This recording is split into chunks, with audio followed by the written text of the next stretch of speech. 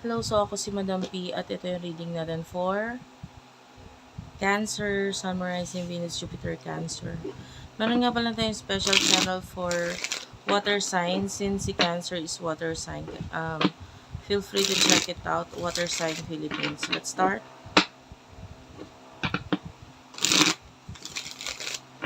Ano meron sa ating mga Cancer? Sun, Moon, Rising, Venus, Jupiter, Cancer. One last shuffle. Ay, isa pa pala.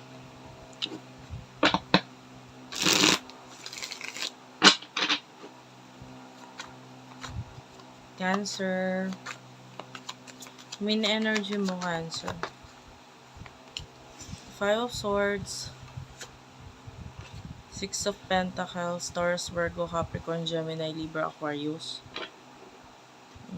Bottom of the deck is the Nine of Wands. Three of Wands.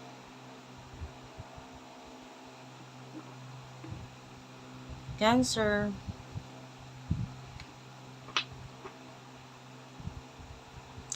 May mga kailangan kang dapat i-cut off kasi tapos na. Diba? Pwedeng may kinalaman sa sarili mo. Ano may mga dapat may cut off? Tanggalin, alisin sa sarili mo. Kasi ikaw lang yung nagbibigay ng problema eh. Once na hindi mo pa cut off yung mga bagay na to. Diba? Yung iba, it could be habits. Pagkain. You need to ayusin or tignan mo naman yung yung kung nasa tama ka pa ba or tama pa ba yung mga bagay na ginagawa mo. Ayan. Pag hindi na, alam mong mali, be mature enough natanggalin yung mga bagay na to kasi hindi mag-workout para sa'yo pag pinilit mo yung sarili mo doon sa mga bagay na yan. Diba? Ikaw lang naman ang makakapag-ayos sa sarili mo. Wala namang iba. Yung iba, alam mo yan, diet, etc. So, ayun.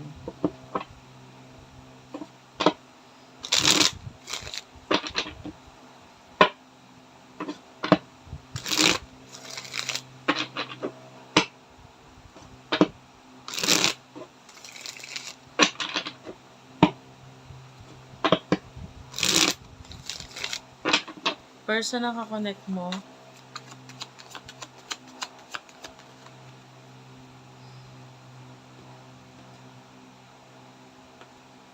Ten of Cups. I feel like nandun yung emotion mo dito sa person na to. Kaya lang kasi masyado siyang immature. Ito yung nagiging dahilan kung bakit nagkakaroon ng problema yung relationship or connection ninyo. Lalo na with the High Priestess, pwedeng malakas din kasi yung pakiramdam mo dito sa person na to regarding sa kung bakit siya nakaka-stress. Alam mo yon, part of you is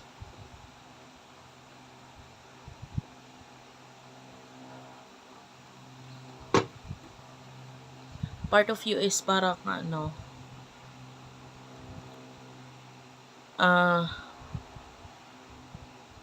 don't know, maybe yung iba sa inyo may children or child na involved dito sa connection na to.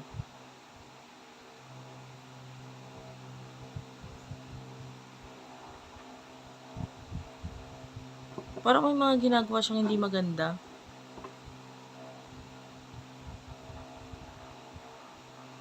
I can see a lot of evil stuff dito. So, pwedeng may mga ginagawa siya behind your back.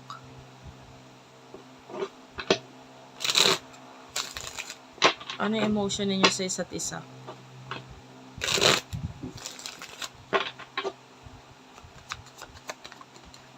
The Death card and the Six of Wands. Iba sa inyo parang wala ka na pakialam. Naging manhid ka na lang eh. Baga parang bala na siya sa buhay niya kung ano gusto niyang gawin. Parang ganun. Basta ikaw inaayos mo na lang yung sarili mo.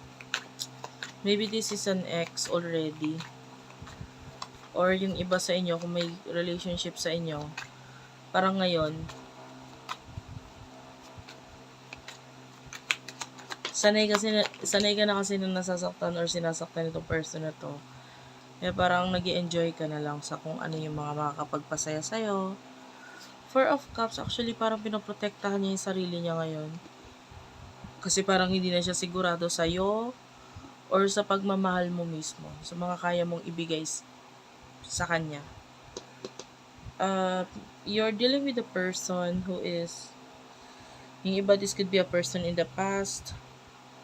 Yung iba naman, this could be a person na parang, alam mo yung, hindi na kasi siya sure regarding sa emotion, sa love na nararamdaman mo para sa kanya. So, para sa kanya, pinoprotektahan niya ngayon yung sarili niya.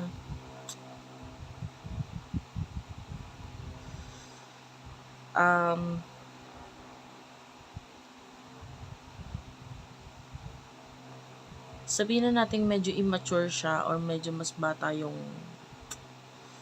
energy nitong person na to.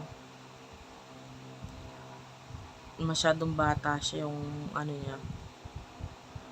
Yan nga, either immature siya or bata lang yung mindset niya ba.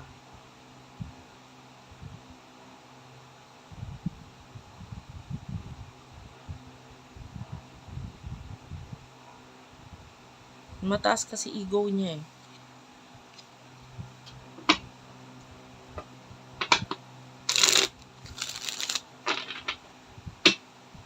So, what will happen in the near future sa inyong dalawa?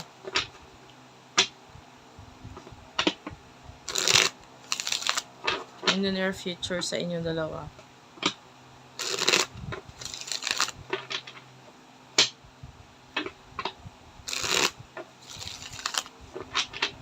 In the near future sa inyong dalawa. Queen of Pentacles. Knight of Pentacles.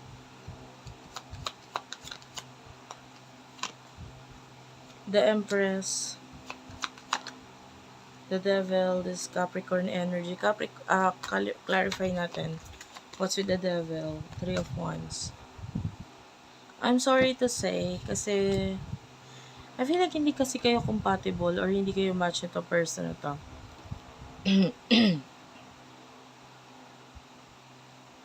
With the Queen of Pentacles, Knight of Pentacles, ang focus mo dito is money. Mga tao na parang maybe would help you with regards to your finances, career.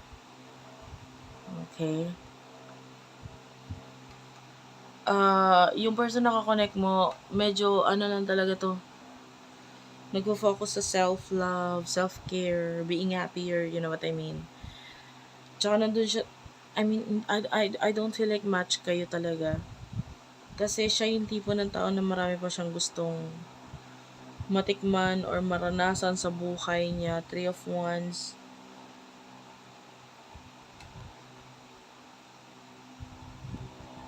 May mga bagay siyang namimiss dito. Namimiss or gusto pa niyang ma-experience or maranasan. Maybe may kinalaman sa mga childhood experiences niya sa buhay. Alam mo yun, hindi pa siya okay totally. But you are all mature here with the Queen of Pentacles.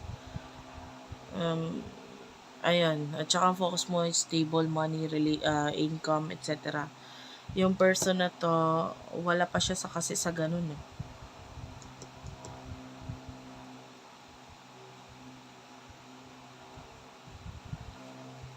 Gusto niya pang mag-enjoy muna. I'm feeling a lot of Leo energy.